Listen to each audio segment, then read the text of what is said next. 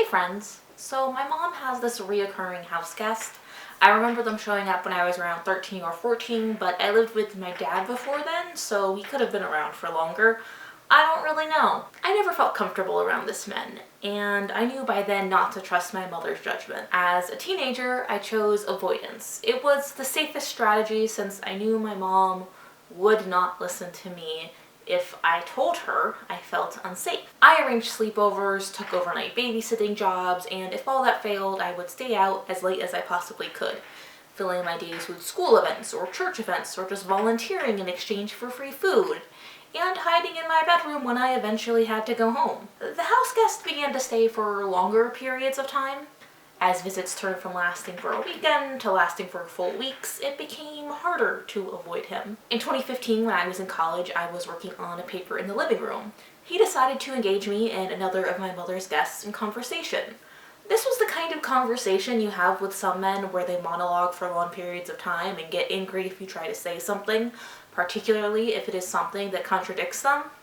I feel like everyone who has worked in the service industry in some capacity has had to sit through one of these conversations. During this, he expressed his views without any prompting about immigration, abortion, police brutality, and the ongoing presidential primaries, etc., etc.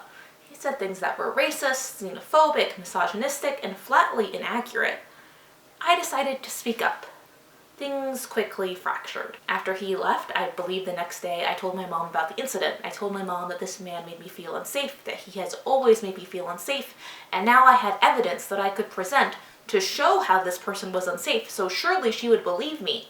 Because I know how quickly thoughts and words escalate to action, I knew how threats turned into violence in the blink of an eye, and how could this person who sees us as less than possibly be welcome in our home. Before I had finished telling her everything, my mom stopped me and told me, and I quote, "You don't feel unsafe," and let me know she would continue to welcome this man into her home. My mom chose to gaslight me, disbelieve me, and chose her guest over my safety. I did not spend years in therapy to be okay with someone telling me how I felt, so I decided to leave. My mom's hospitality pushed me into the street. Actually, that might be a bit too hyperbolic. My mom's hospitality pushed me onto couches and spare beds of friends. I was continuing my strategy of avoidance. I just now had to make accommodations for weeks at a time instead of days at a time. Legally, my mom's home was my permanent address, but I was almost never there because of the worsening conditions. In late 2016, maybe early 2017, this house guest has started staying for a month at a time. I had recently gotten engaged and decided to officially move in with my fiance so I could have a real stability in my life, and also because I loved him. Unfortunately, that decision to keep myself out of a dangerous home situation came with consequences. The Christian nonprofit that had offered me a summer job rescinded their offer when they found out I was living out of wedlock. I got that news on January 20th, 2017, that I wouldn't have a job after my expected graduation date, and it was a bad day for me for a lot of reasons. I chose to distance myself from my family for almost 5 years now because it meant staying out of an unsafe situation, and I wish that was how the story ended. Recently, my younger brother, who is an adult, asked me about the situation. I chose to tell him in even vaguer terms than I had putting on the internet, due to the friendly relationship my brother had with this man. The man found out that I told my younger brother in the vaguest possible version of the story, and as I was helping my mom move into her new home and answering her questions about Meghan Markle and the royal family, her house guest started yelling at me. He yelled and let the whole family know that he thinks I am a nasty, despicable, and ungrateful.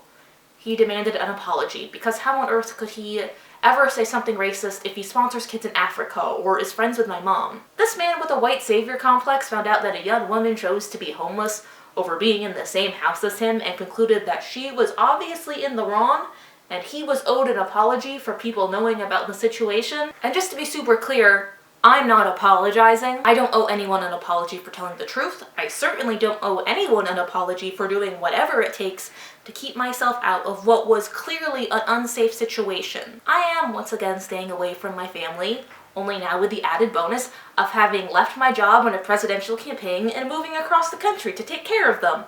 It's a bad situation. My mom, despite being there when he blew up at me, is choosing to continue to invite this man into her life and her home. I wish I could say I expected better, but my mom has consistently chosen her friendships over my safety for my whole life, so I knew this time just wouldn't be any different. Anyways, if any middle-aged couple is looking to adopt a married 25-year-old who has a strong moral compass and knows how to draw boundaries, I am available. I usually make videos about books and politics, so thanks for watching this video about my life. Sure, my life was a dumpster fire, but I'm planting flowers in the ashes and I think it will turn out well still. If you want to see more from me, you can subscribe, watch another video of mine, or support me on Patreon. And hey, I love you.